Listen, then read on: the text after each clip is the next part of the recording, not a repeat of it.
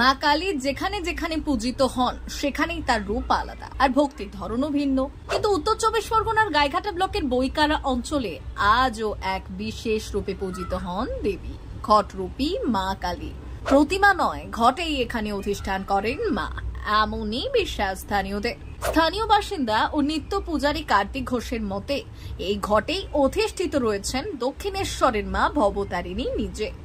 প্রায় 1 শতাব্দীরও বেশি আগে এক মহামারীর সময় মা কালী নাকি গ্রামবাসীদের রক্ষা করেছিলেন। সেই থেকেই আজও অবিচল ভক্তি ভরে চলে আসছে ঘটরূপী মায়ের পুজো।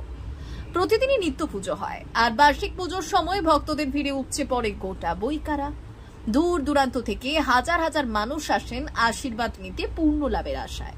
তাই ভাইয়ের একটা মারাত্মক ধরনের রোগ হয়, ভাই একদম বিছানা সজ্জা হয়ে যায়। ভাইয়ের নাম হচ্ছে কার্তিক ঘোষ।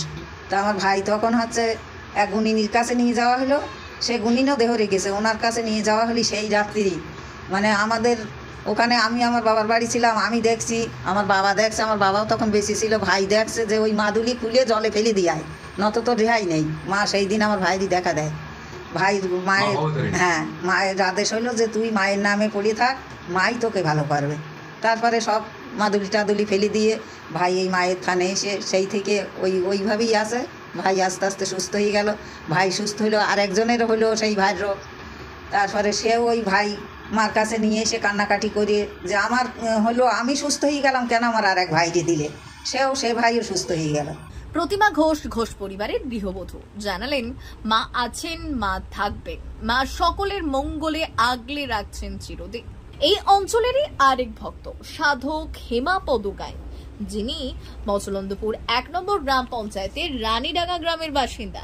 3 পুরুষ ধরে এই কালী মন্দিরের সঙ্গে যুক্ত। তার বাড়িতেও রয়েছে আদরি পাগলি কালীমা তার মন্দির। এই সময় কলেরা হতো, ডাক্তার ছিল না, মহামারী হতো, রক্ষা করতে পারতো না। তখনই এই বুড়ি গিয়ে ওখানে পুজো করে ওই গ্রামগুলো সব রক্ষা করেছিল। সেই থেকে আমাদের এই পাগলি মায়ের নামে ওই জায়গায় মন্দির হয়েছে, ওখানে পুজো হয়।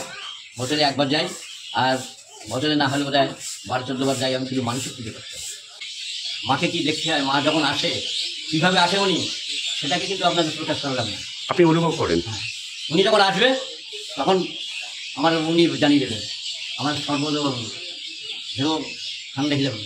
আপনি হাতের বাজু সোলা করতে পারবেন না, হাত ভেঙে যাবে, বাজু সোলা করতে পারবেন না মা যখন আসছে। আমরা এত বছর ধরে ওখানে পুজো করে আসছি, দৃশ্য ওখানে দেখিয়ে এসছি, ওরা নিজেরাই দেখেছে। আর এই গাছের কথা বলছেন না, এই গাছ পড়ে গিয়ে গাছ উঠেছিল, গাছের কোনো মূল শেকড় নেই, এই দেখুন মূল শেকড় নেই। এই গাছে কেউ কম মারতে পারবে না, কাটা নিষেধ।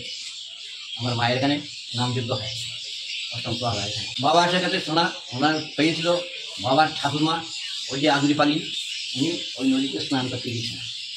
ওই স্রোতে উনি ডুব মারার পরে কোথায় চলে গেছিলো কেউ পাইনি। 6 দিন পরে তারপরে ওনার স্বামীর সাথে কথা হয় রাত্রি স্বপ্নে, যে আমি দেখে আসি, তুমি মঙ্গলবার দিন তো সকালে ওখানে যাবে। আমি ঠিক 12টায় 12টায় উঠেছিলেন, আর 12:30টায় মায়ের পূজা আরম্ভ হয় এখানে। 12:30টায় উনি যখন উঠেছিলেন তখন শিলা নিয়ে এসেছেন। হ্যাঁ, ওই মাথায় করে ওই যে সিংহাসন আছে, ওই সিংহাসনটা সহ নিয়ে এসেছিলেন। সামনে যেটা বসে আছে ফুলির মালা দিয়ে দেখা, ওইটা মাথায় করে নিয়ে উনি উঠেছিলেন চলেছে। তার জীবনে ঘটে যাওয়া বহু অলৌকিক ঘটনার সাক্ষী স্থানীয় মানুষ। ভক্তদের কথায় মা ঘটের মধ্যেই রয়েছেন, কিন্তু শক্তিতে তিনি সর্বব্যাপী।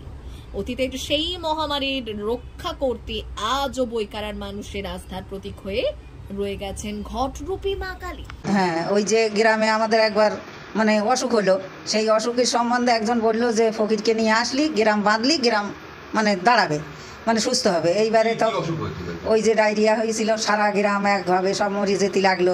তখন তো এত হসপিটাল ওষুধপত্র ছিল না। তখন ওই হচ্ছে ওনাকে নিয়ে এসে বললো যে গ্রামটা বাঁধলি তাহলে হচ্ছে গ্রামটা রক্ষা হবে। ওই এক লালু ফকির বলে ওই রানীডাঙ্গায় ওনার স্বামী স্ত্রী, ওনার দুজনেই এসেছিলেন, দুজনেই আসতেন প্রত্যেক বছর বাৎসরিক পুজোর সময়। এখন তো হচ্ছে প্রচুর লোক হয়, তখন অত লোকজন হতো না, তখন এত জাগ্রত ছিল না মন্দিরটা। যার যেরকম ধরো হয়তো কারোর মনোবাসনা পূর্ণ হয় না, বাচ্চা কাচ্চা হয় না, এখানে এসে তাদের মনোবাসনা পূর্ণ হলে বাচ্চাদের ওজন দেয়, তারপরে পুজো দেয়, যে যেমন মানসা করে। অনেকে 7 পাক গন্ডি মানসা করে, বুক চিরে রক্ত দেয়, হাতে মাথায় ধুনো পোড়ায়।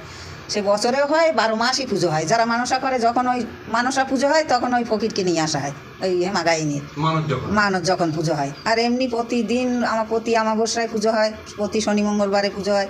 আমাদের এই গ্রামের সবাই মিলেই এই পুজোটা করা হয়। এটা কত বছর হতে পারে? 100 বছরের হবে। হ্যাঁ, উপরে হয়ে গেছে, আমরা 100 বছরই ধরি। ব্যুরো রিপোর্ট, ভুবনগ্রাম সংবাদ।